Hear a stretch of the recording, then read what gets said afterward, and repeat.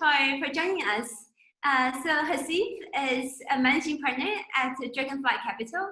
And before joining Dragonfly Capital, Haseeb was also a partner at Stable Capital. And Haseeb, thank you so much for joining us here. Thanks for having me, Don. I'm excited to be here. Right. So yeah, let's just get started.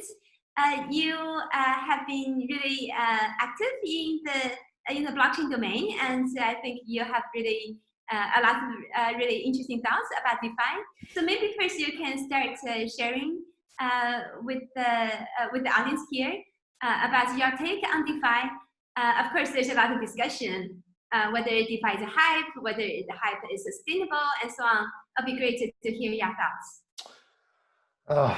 That's a very broad question to start with.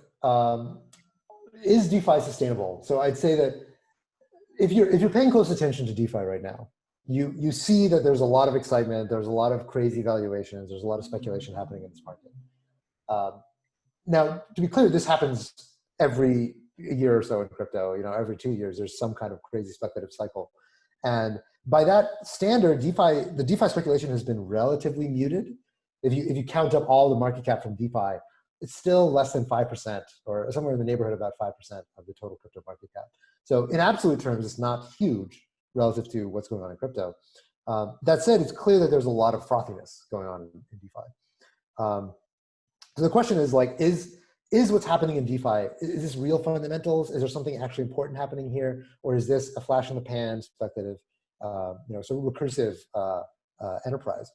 And what I'd argue is that much utility we are really seeing and so on. Right? Yeah. What I would argue is that DeFi is kind of always what crypto has been about. And let me flesh out what I mean by that. So, if you sort of trace back the history of where crypto came from, right? Of course, it started with Bitcoin. And Bitcoin really is digital. It was the first instantiation of digital money. And the very first thing that people wanted after they had Bitcoin was they wanted to expand Bitcoin by adding more opcodes, right? Because the Bitcoin script is very limited. And so you had things like Blackcoin and Feathercoin and Counterparty and all these different very, very tiny additions to make Bitcoin more expressive. And all of those ideas really culminated in Ethereum. And Ethereum sort of became this generalization that, okay, once you have money, I don't just want to send money back and forth. That's cool, that's fine. But really, I want to have arbitrary agreements about that money. I want to have contracts, right? And so we went from Bitcoin sort of being the base numeraire that got reinvented to getting contracts. And once you have contracts, what's the next thing that you want to do? Almost immediately after, the next thing they wanted to do was fundraising, which was ICOs, right? So that's capital formation on the blockchain. So we went from money to contracts to capital formation. And then what I think we now call DeFi is basically just the generalization of all the other things that people want to do once you have those primitives, right? Once you have capital formation, you might want to do lending, and you might want to do trading, you might want to do derivatives, you might want to do synthetic assets, and all of this universe of financial applications that can be invented using these core primitives. It all started with what people originally wanted to do, which was to make money, right? Once you create money, you create contracts, you create all the other things that contracts enable. That thread of innovation is the same thread that started with Bitcoin. So I think DeFi is really important. I think it's what this whole thing has been about from the very beginning, which is disrupting financial technology and making it open, making it permissionless, making it free for anybody to use and to innovate on. So I think that's important. Should this token or that token be worth $1 billion? I don't know. But I think that the core primitive of DeFi is really important, and it's here to stay. Right, great. Yeah, thanks a lot for sharing your thoughts. I totally agree. I think if you look at blockchain, so first of all, what blockchain is good for. So first of all, it really is about you building native assets on the blockchain, and then once you have these native assets, then it's about what these native assets can do. And so very naturally, I think, right, that's why finance is essentially, I would say, the first application domain. And that's really natural and native to blockchain, is because you can do a lot just with the native assets on the blockchain already. Whereas in the future, we hope to bring more assets onto the blockchain, bring them from the real world. But that will take much longer than the native assets. That's right. completely agree. And then what do you think that's missing in DeFi currently? Oh, so much. I mean, you just mentioned, real world assets. That's one big thing that's missing. The only real world asset today in DeFi is the US dollar. And there's a lot of it, that's one of the most, the most traded asset in crypto and in DeFi is the US dollar. But there's still a dearth of currencies, a dearth of, things like bonds or equities or other assets and commodities that people would naturally want to trade. I think some of the things that are really missing from DeFi are things like uncollateralized lending. So right now we have over-collateralized lending, but of course, the large swath of especially consumer lending is uncollateralized or under-collateralized. And there's no real story for that right now in DeFi because there's no identity. And without identity, you really can't get, uncollateralization or credit, which is another term for the same thing. Beyond that, there are a lot of pieces that are missing of, for example, like anything that requires a central limit order book in DeFi doesn't really work today. Sure, there are a few applications, a few exchanges that are doing some volume, but the reality is that Ethereum's throughput is so constrained and so limited that it makes central limit order books very infeasible. They're just too expensive to operate on a very low throughput blockchain, which is one of the reasons why we really need next generation blockchains like Oasis that can support much higher throughput to support these kind of more conventional financial primitives in a way, I think many people have heard of Uniswap or AMMs or automated market makers. In a way, they're really clever adaptations to the incredibly constrained environment that is Ethereum 1.0. It's a way to make sort of things that emulate order books work inside a very kind of sort of low compute environment. But once you unlock the ability to use much more compute than Ethereum offers, you can just create much more efficient primitives for buying, selling, trading, creating things than you can today in Ethereum. Great. Yeah, thanks. Yes, so I completely agree. And that's also why, like you mentioned, at Oasis, we are building this new platform to really achieve greater scalability and adding privacy protection, and that even actually can help with this under-collateralized lending to help achieve these new capabilities and push DeFi to the next level. Right. So I had some questions for you actually that would be very interesting for the audience to hear. So I'm an investor in Oasis, and I actually invested in you guys multiple times from when I was at Metastable into again at Dragonfly. So you guys can't get away from me. Yeah. I'm incredibly excited. You guys are now in your mainnet beta, and there's it's been such a long journey to get to here. Of what kind of applications would be enabled by the Oasis blockchain that couldn't exist, for example, on Ethereum? Mm-hmm. Yes, that's a great question. So with the Oasis platform, so one, as we mentioned, with this paradigm architecture, we can enable much greater scalability. And another important advantage of the Oasis platform is that it is the first blockchain platform that combines secure computing and this distributed ledger to provide privacy protection in the blockchain platform. And the combination of scalability and this privacy protection by combining secure computing and the distributed ledger enables new use cases and new paradigms that couldn't be done before in previous platforms. So let me just give you one example. So one application domain that we're really excited about is this new paradigm that we call data tokenization. So people talk a lot in blockchain about tokenization, and in general, they tokenize, for example, the traditional financial assets and so on. But as we know, that data is the key driver of modern economy, and there's a huge value in data.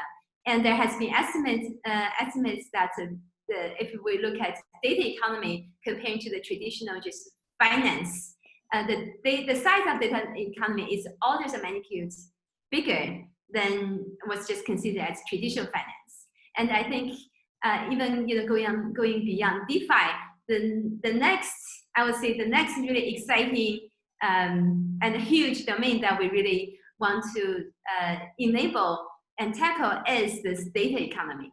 So our platform is uniquely well suited to enable this data tokenization and also leading to what we call a responsible data economy.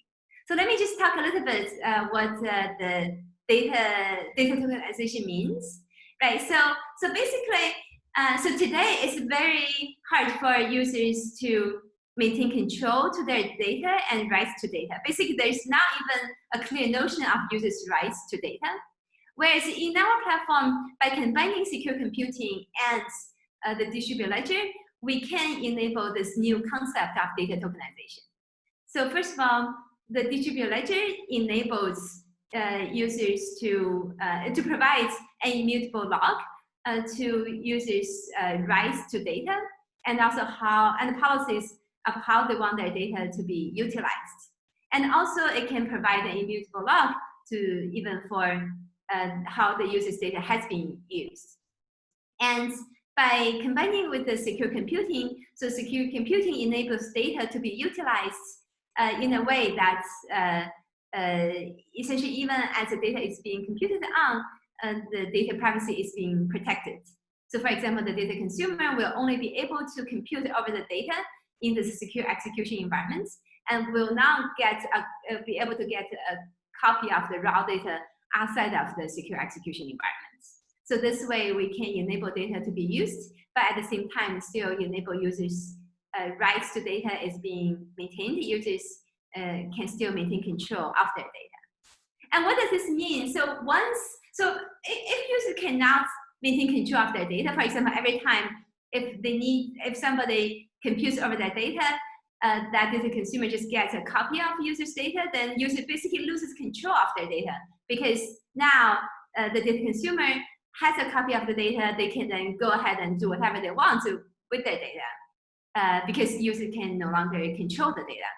And hence that also significantly limits the value that users can extract from their data, because once the data is used once, then the data consumer can then just take the data and do whatever they want.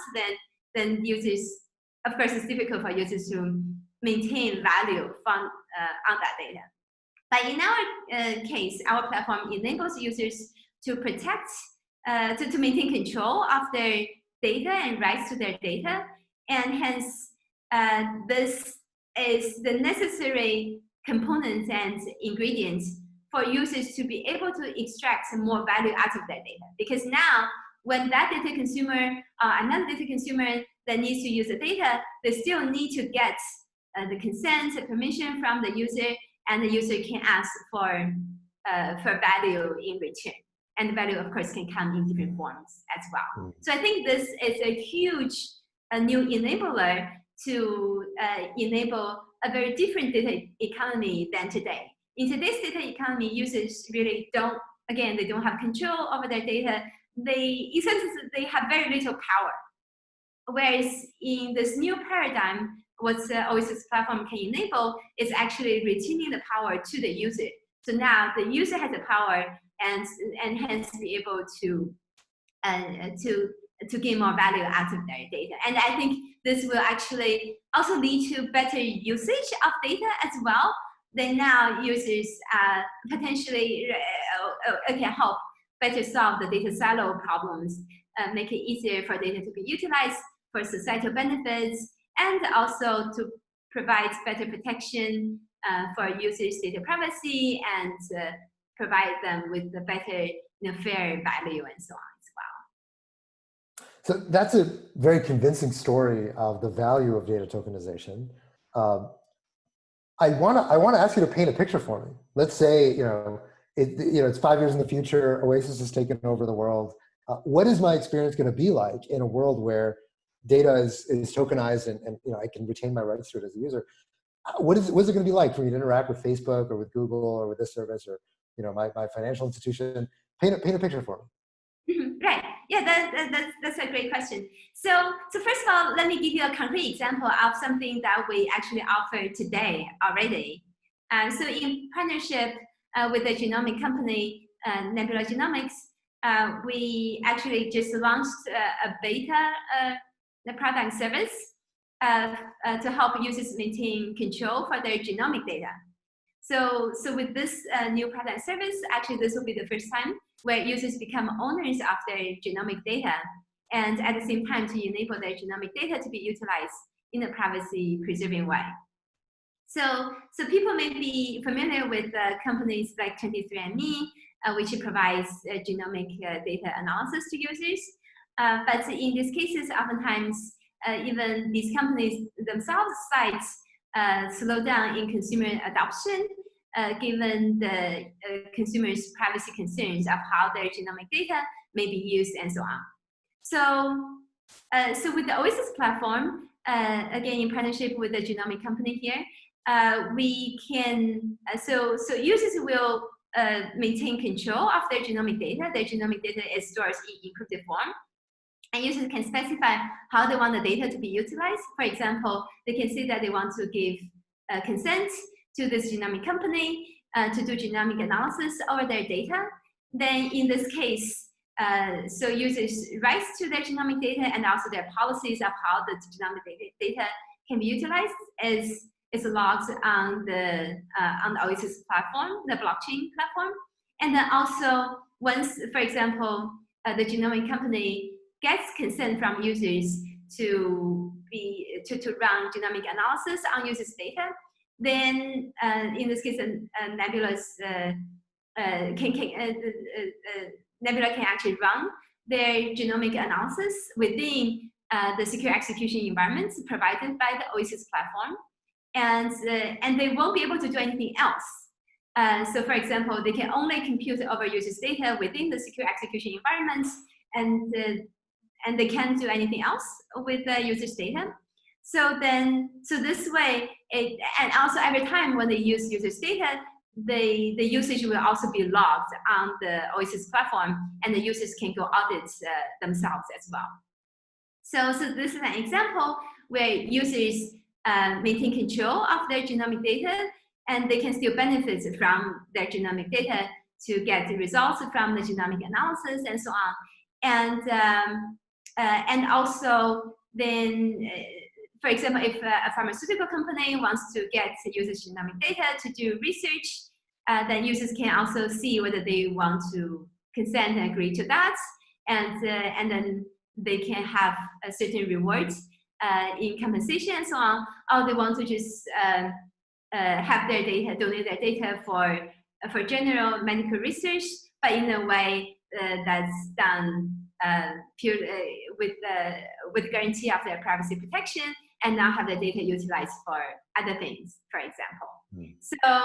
So now you can envision this will actually enable a completely new way, a new paradigm, how users can take ownership and control of their genomic data. And that's just one example. And of course, there's medical data that goes beyond genomic data. And another domain that we're really excited about is financial data.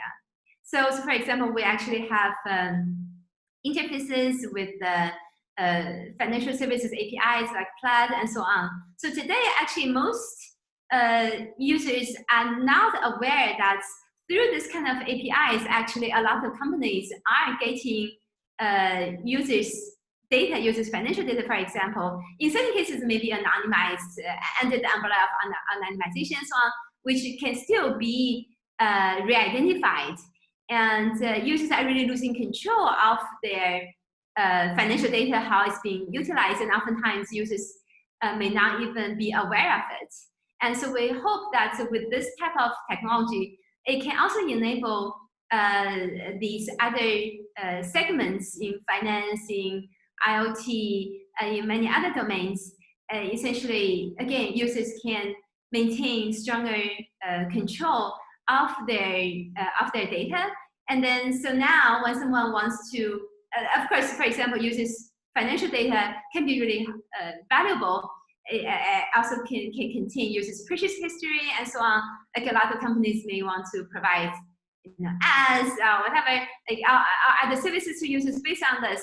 But now, given that users actually have control of the data, they can decide how the data can be utilized, who can utilize the data, and so on. So I think a lot of the issues that users are seeing today can, we actually, for the first time, can have opportunity to provide very different solutions and can really change the power dynamics.